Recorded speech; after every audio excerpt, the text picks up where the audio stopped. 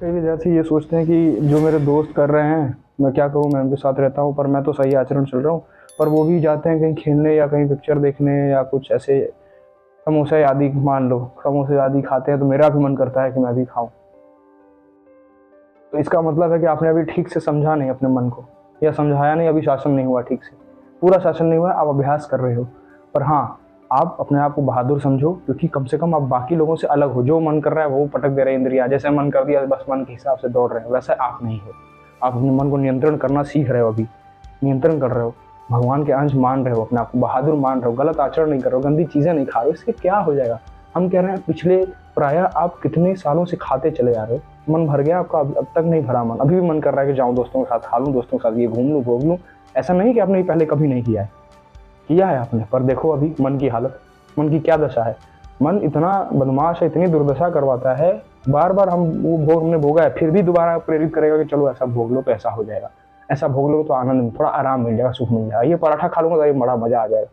अरे गले से नीचे जाने के बाद सब मिल जाना है, वही शरीर पोषण के लिए दो चार रोटी जो खा ली सूखा रूखा, टेस्ट से तुम स्वाद कहते हैं, स्वाद से मतलब ही नहीं रहना चाहिए।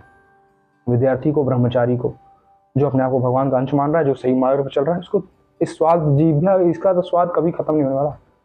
ये हमेशा नई नई चीजें मांगेगी। 1000 बार पराठा खाओगे, वही समोसा 1000 बार खाओ, फिर मांगेगा अरे एक बार चटनी के साथ लगा लेते हैं, मीठी वाली चटनी के साथ तो कैसा रहता। अरे क्या क्या खाना चाह रहे हो, कहाँ जाना चाह रहे हो? इतने सालों से करते चले आ रहे हो, इसकी मन वाली इसकी पूरी कर रहे हो, मन की बात अपने दोस्तों के साथ करना, किसी रिश्तेदार किसी शादी में, क्या मिल गया आपको? सोच के देखो क्या मिल गया, क्यों मन जा रहा है वहां? सोच के देखो और इसमें क्या है कि मैं वहां जा रहा हूँ बार बार, मेरा मन क्यों जा रहा है वहां? समझाओ उसको कि तुमको मैंने 1000 बार ये चीजें खिलाई, 1000 बार ये चीजें भोगे हो, ये भोग भोगे हो 1000 बार, उसके बाद फिर तुम जा रहे हो वहां, फिर प्रेरित करोगे यहाँ चलो, क्यों चलूँ? अब तो भगवान के रास्ते पे लगो, अब तो पढ़ाई लिखाई में अपने लगो, सही आचरण करो, ब्रह्मचर्य का पालन कर रहे हो, अब तो समझ जाओ, अब तो मेरी बात मान लो, मैंने तुम्हारी बहुत सालों से मान ली। ऐसा समझाओ मन को। जब ऐसी बात आप समझाओगे मन को, पक्का देखना धीरे धीरे, हम बताया मैं 50 बार, अभ्यास करने से चीजें धीरे धीरे धीरे धीरे आप उसमें दृढ़ निश्चय हो जाता है आपका। निष्ठा रखो किसी चीज में, वचन नहीं तो नहीं, एकदम नहीं, सर कट जाए लेकिन गलत आचरण नहीं। मांस खा रहा है कोई हमारा मित्र, हमारा मन करेगा मांस खा ले हम? नहीं भाई, नहीं।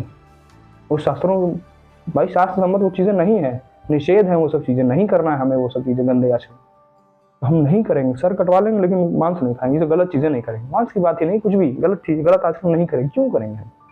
भगवान के अंश है हम बार बार 1000 बार वो चीजें भोग चुके हैं। आप खुद सोच के देखो, बैठो शांत बैठो। मैं कहता हूँ ध्यान करना बहुत जरूरी इसीलिए है, जब ध्यान करोगे तो मन पे आपका शासन होता है, क्योंकि मन भागता है और आप बार बार उसको पकड़ के खींच के ला के बैठाते हो ध्यान में, तब आप सीखना शुरू करोगे।